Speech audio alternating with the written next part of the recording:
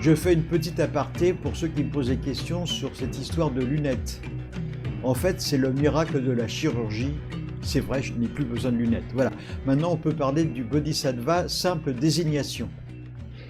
Subhuti, ces réalités qu'on appelle les réalités du Bouddha ne sont pas des réalités. Et là, c'est le Bouddha qui nous dit ça, si bien qu'on peut dire que toutes les réalités, en fait, sont des réalités du Bouddha, autrement dit de l'être éveillé. Subhuti, si un bodhisattva venait à dire « je conduirai tous les êtres vivants au nirvana complet », eh bien, figurez-vous que celui-là ne mériterait pas le nom de bodhisattva. Alors, Subhuti, qu'en penses-tu?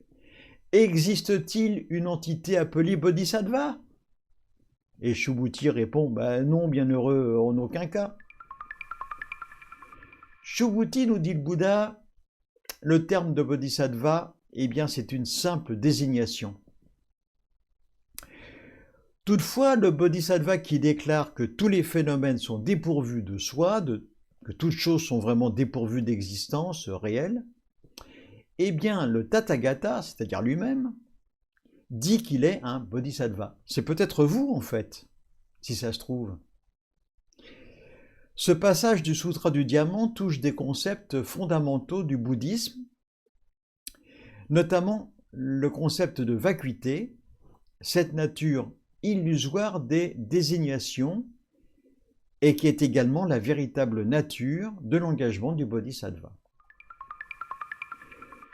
Ce dialogue entre le Bouddha et Subhuti met en lumière plusieurs points essentiels pour comprendre la pratique du bodhisattva et la manière dont il aborde la notion d'éveil et de libération de tous les êtres. Tout d'abord, les réalités qu'on appelle les réalités du Bouddha, qui ne sont pas des réalités. Voilà encore un point très obscur. Le Bouddha souligne ici que ce que nous appelons réalité du Bouddha, eh bien, ce ne sont pas des réalités au sens où nous l'entendons dans ce monde ordinaire. Il faut dépasser la notion de monde ordinaire. Il faut se positionner dans l'esprit du Bouddha. Cela renvoie à l'idée que toutes les réalités que nous percevons, y compris celles que nous associons à l'éveil, et donc à l'éveil du Bouddha, sont dépourvues de nature propre. Elles sont vides, impermanentes, interdépendantes. Le concept de vacuité est donc central. Il s'agit de la compréhension que toutes les choses, tous les phénomènes, sont dépourvus d'existence intrinsèque. En fait, ils n'existent pas par eux-mêmes, mais apparaissent à travers les causes et conditions interdépendantes. Cette fameuse interdépendance dont nous avons beaucoup parlé. Ainsi, même si les réalités du Bouddha, telles que c'est dit ici, sont des désignations qui sont provisoires ou des conventions, elles ne sont en aucun cas des réalités permanentes. C'est ce que nous pourrions nommer paradoxe de la vacuité, ce qui est vide et qui n'est pas complètement inexistant. Le Bouddha précise « Je conduirai tous les êtres vivants au nirvana complet ». Par là, il avertit que si un bodhisattva croit qu'il est celui qui peut conduire tous les êtres au nirvana, eh bien, il n'est absolument pas un vrai bodhisattva. Parce qu'un bodhisattva comprend que les êtres vivants, tout comme lui-même, sont dépourvus de soi et de nature propre. S'il pense qu'il a une mission, eh bien, il est pris au piège des distinctions dualistes. Par cette pensée, le bodhisattva va contredire sa compréhension de la vacuité et donc, bien évidemment, il ne peut plus se prétendre être un être éveillé. Croire que je peux conduire les autres au nirvana implique une forme subtile d'attachement à l'ego. Un attachement qui va à l'encontre de la pratique du bodhisattva. Un bodhisattva ne peut en aucun cas voir les êtres comme des entités séparées ou fixes.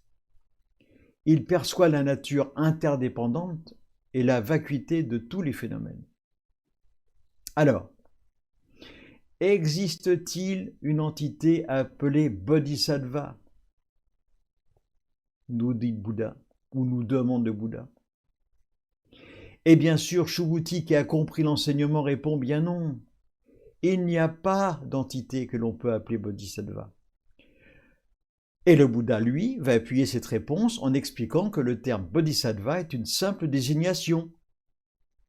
C'est un nom conventionnel utilisé pour faciliter la compréhension et l'enseignement, tout simplement. Bodhisattva ne désigne pas une entité fixe, une entité réelle. Alors, nous allons terminer en regardant le sujet des désignations et de la vacuité. Donc, des noms et des mots. Les noms et les mots, c'est un point crucial dans le bouddhisme. Il faut comprendre que ces noms sont des concepts, des désignations. Nous les utilisons parce que ce sont de simples constructions mentales.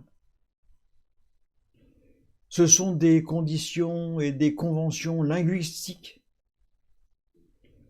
Ils sont utiles pour naviguer dans le monde, pour communiquer des idées, mais les mots ne désignent pas des réalités.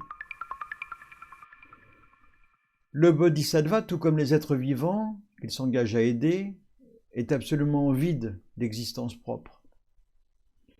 Être bodhisattva n'est pas une entité fixe, c'est un engagement, une orientation de l'esprit vers la compassion et la sagesse.